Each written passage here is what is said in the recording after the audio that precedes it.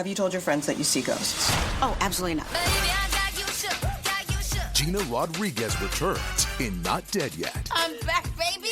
Who is that? Oh, she's the obituary writer. And Brad Garrett joins the brilliant ensemble cast. Titan, Maverick, Titan of all Mavericks.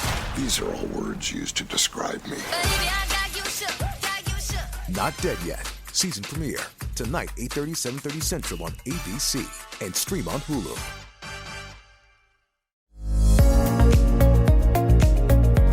It's the Happy Families podcast. It's the podcast for the time-poor parent who just wants answers now.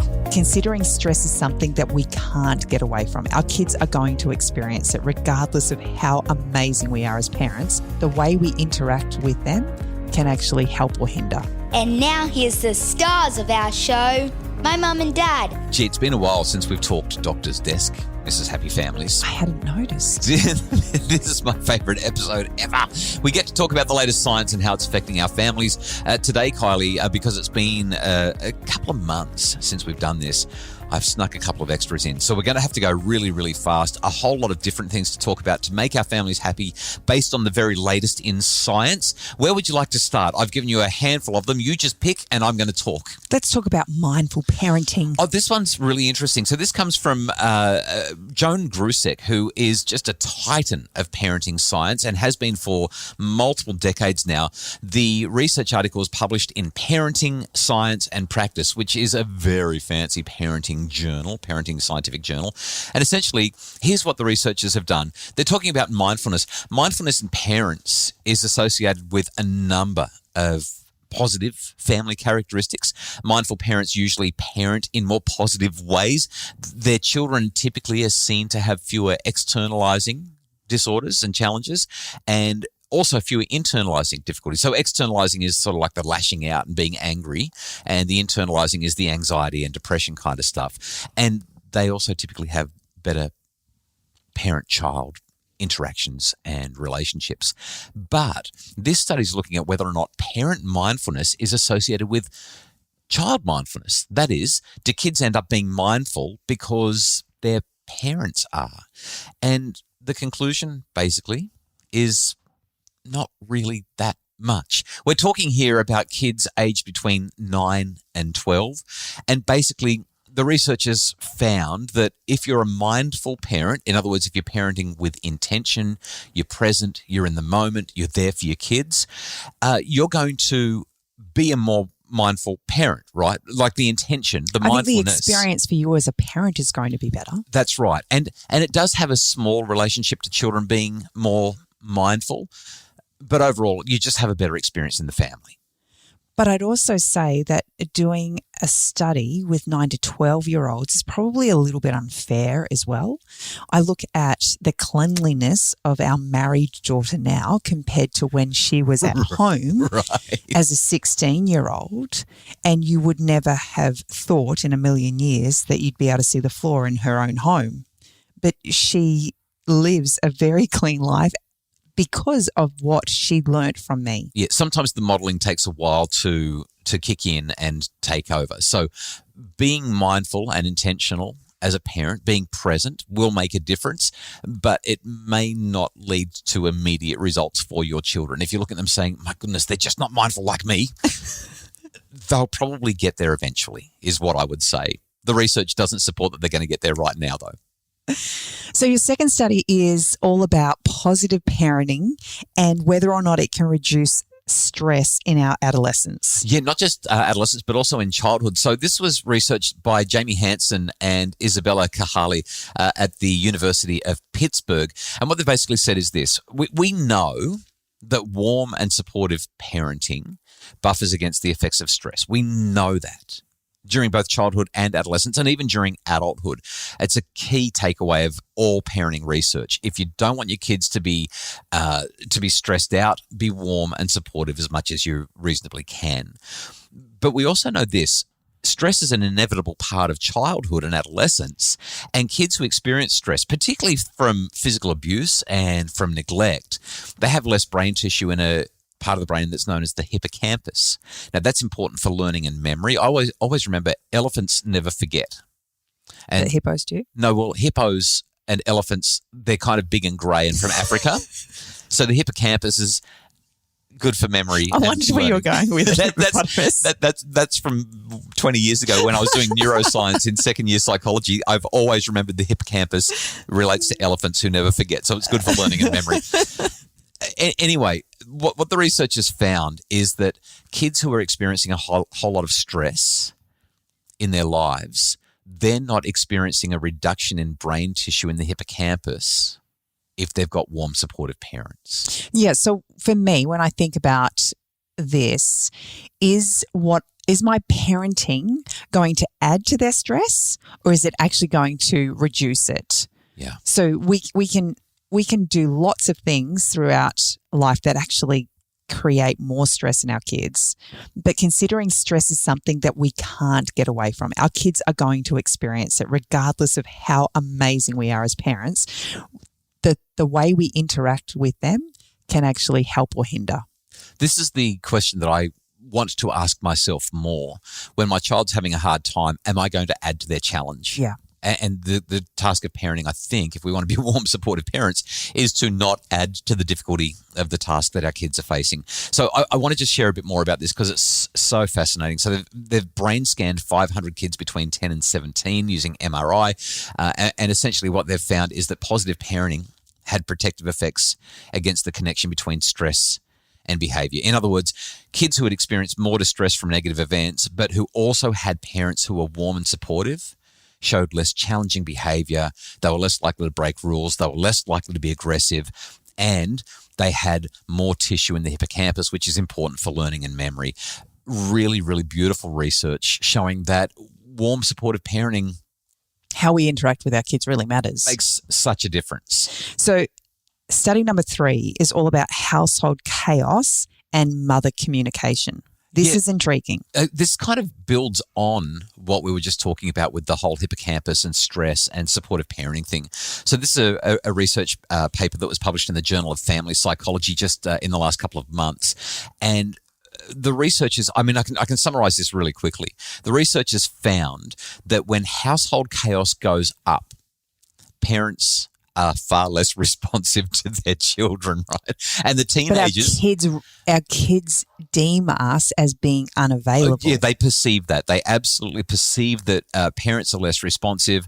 And the critical thing here is the researchers were looking at adolescent disclosure. That is, to what extent do children talk to us about difficult things in their lives?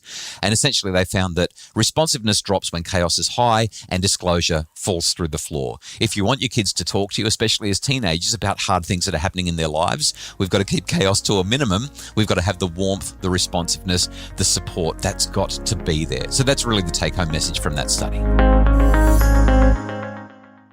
Our 4th study is all about corporal punishment. Daryl Higgins is based at the Institute of Child Protection Studies at Australian Catholic University.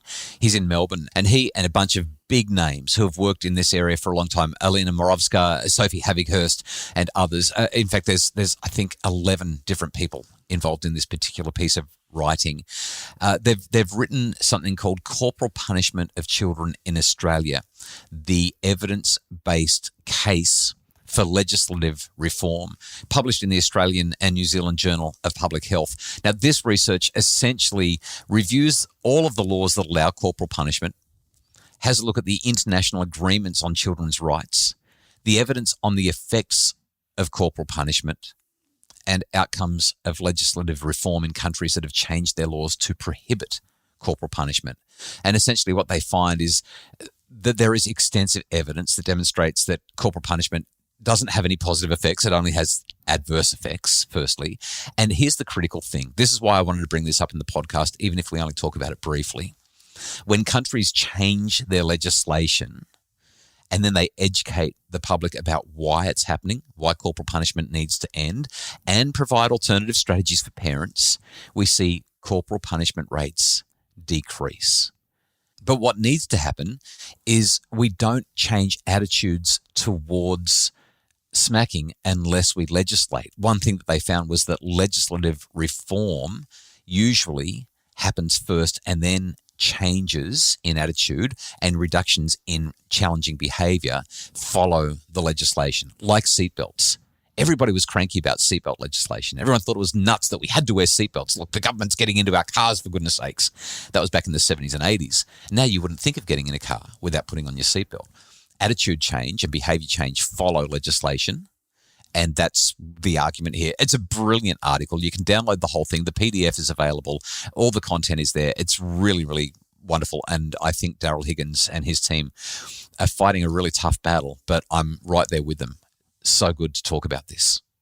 Our last piece of research is all about mindfulness in schools and how it might not do as much good for our mental health as we thought. Mindfulness in schools doesn't improve mental health. That's the reality. The landmark Myriad study, which has been ongoing, found that mindfulness in schools doesn't really have any impact on mental health at all. And it's probably, by the way, Myriad stands for My Resilience in Adolescence. Big study that's been happening with a bunch of kids in secondary school aged 11 through 16 in the UK. And essentially what they've found is that mindfulness at schools isn't working. And now, is that because it actually is a tool that should be learned at home? I think it's primarily because it's developed inconsistently in schools. Like one teacher does it this way, another teacher does it that way, another teacher doesn't do it at all. There's a lack of buy-in from kids. There's so much going on, not just the inconsistency with the practice of it, but we've got individual differences with kids. So kids that are coming from more challenging backgrounds and environments, they're going to benefit more from it, but they're maybe going to resist the practice more because they don't have or don't want to experience the discipline of mindfulness. Essentially, when you get findings like this, it moves things forward because it helps us to understand what doesn't work, which gets us closer to what does work. I think what's really going on here, and this is what the researchers have said, we're placing children and teachers in an untenable position when we ask them to deal with complex mental health problems that they don't have the competence, experience, and confidence to work with. And when we put this stuff on teachers, in a few weeks' time, I haven't told you about this yet, but in a few weeks' time, our next Doctor's Desk is going to be a special school edition. And I want to do that because we see teachers being asked to do so much stuff around children and well-being that teachers haven't been trained for, they're not qualified for. And I'm not saying that as a bad thing about teachers. I'm saying it's an unfair expectation on teachers. Like they've got so much to do already. And then we're saying, oh, and by the way, well-being is now your responsibility as well. Now, in some ways, it kind of has to be, right? Because you've got to have psychologically safe environments so that kids will want to learn.